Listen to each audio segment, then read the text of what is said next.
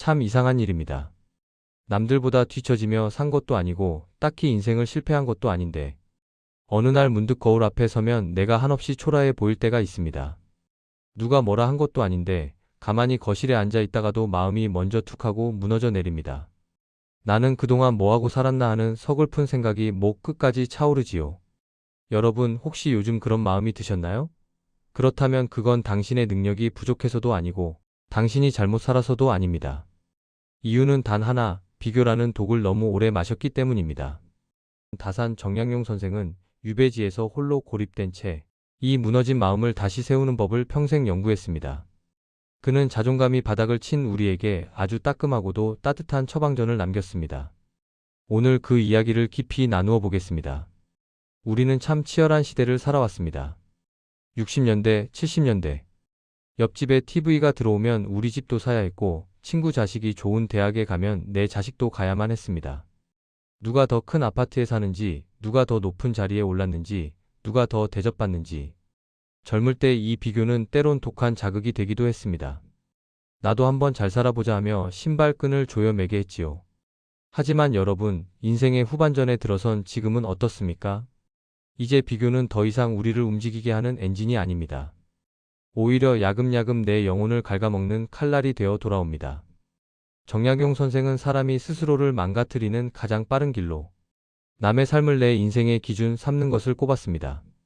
내 인생의 주인공이 나여야 하는데 관객석에 앉아 남의 연극만 구경하며 점수를 매기고 있으니 내 무대는 텅 비어버릴 수밖에요. 다산은 이런 말을 남겼습니다. 자기 분수를 떠난 비교는 마음을 먼저 병들게 한다.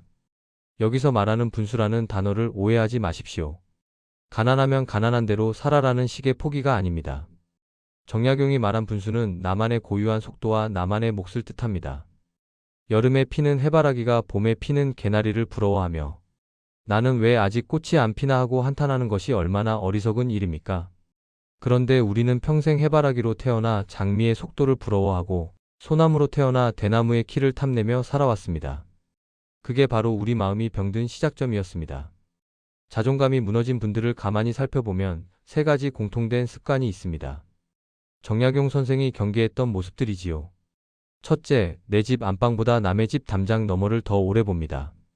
하루 중 내 마음을 들여다보는 시간은 단 5분도 안 되는데 스마트폰이나 소문을 통해 남들이 어디 여행 갔는지 뭘 먹었는지 들여다보는 시간은 몇 시간씩 됩니다. 시선이 밖에 가 있으니 내 마음은 늘 빈집처럼 썰렁합니다. 둘째, 남의 결과와 나의 과정을 비교합니다. 남들이 이뤄놓은 화려한 결과물은 그 뒤에 눈물과 땀이 가려져 있습니다. 우리는 그 화려한 겉모습만 보고 나의 고단한 과정을 초라하다고 치부해버립니다. 셋째, 이미 가진 것보다 가지지 못한 것에 마음을 오래 둡니다. 다산은 유배지에서 가족과 떨어져 지내며 가진 것을 다 잃었습니다.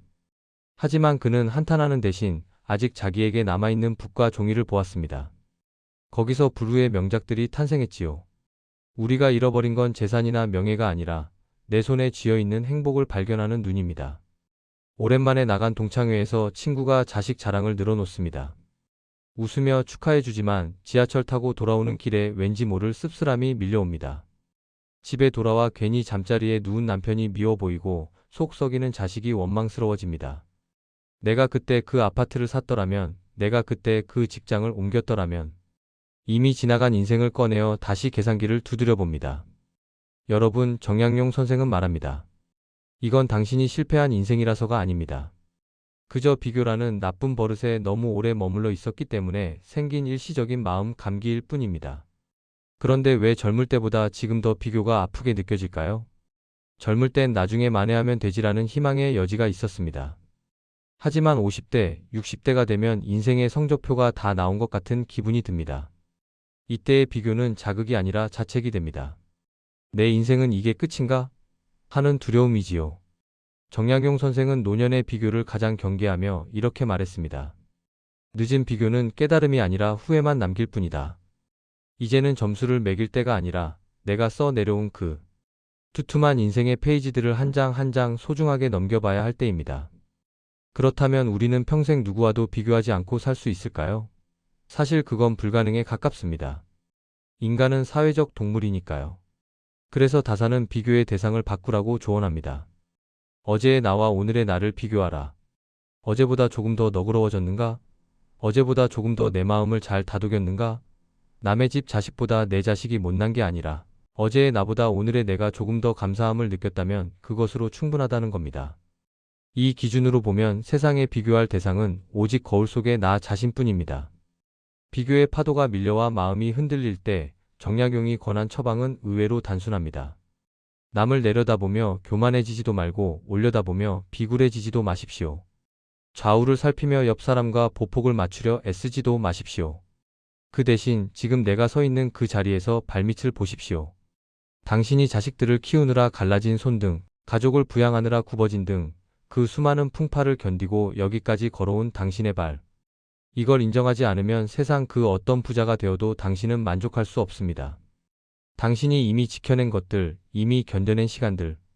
그것 자체가 이미 위대한 승리라는 것을 다사는 우리에게 가르쳐주고 있습니다. 비교하다가 자존감이 무너졌다면 그건 당신이 모자라서가 아닙니다.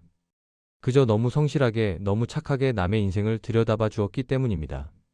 남의 불행엔 눈물 흘려주고 남의 행복엔 박수 쳐주느라 정작 당신 마음이 비어가는 줄 몰랐던 겁니다. 정약용 선생은 인생 후반에 가장 필요한 능력을 수수, 즉 마음을 거두어들이는 힘이라 했습니다. 밖으로 흩어진 시선을 이제 내 안으로 가져오십시오.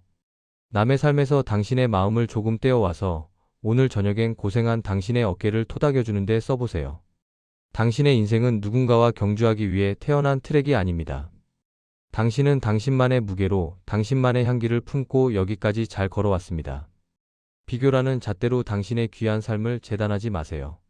당신은 이미 존재 자체로 충분하고 고귀합니다. 오늘 밤은 거울을 보며 꼭 이렇게 말해주십시오. 남들처럼 살지 않아도 괜찮다. 나는 나답게 참 잘 살아왔다. 오늘 정약용 선생의 이야기가 비교로 지친 당신의 마음을 조금이나마 펴드렸다면 좋겠습니다. 인생이라는 긴 여정에서 우리가 마지막에 웃을 수 있는 이유는 남보다 앞서가서가 아니라 나 자신과 화해했기 때문일 것입니다. 오늘 이야기가 마음에 닿으셨다면 남의 시선에 지쳐있는 소중한 분들에게도 이 위로를 나눠주세요. 저는 더 깊고 따뜻한 지혜를 들고 다시 찾아오겠습니다.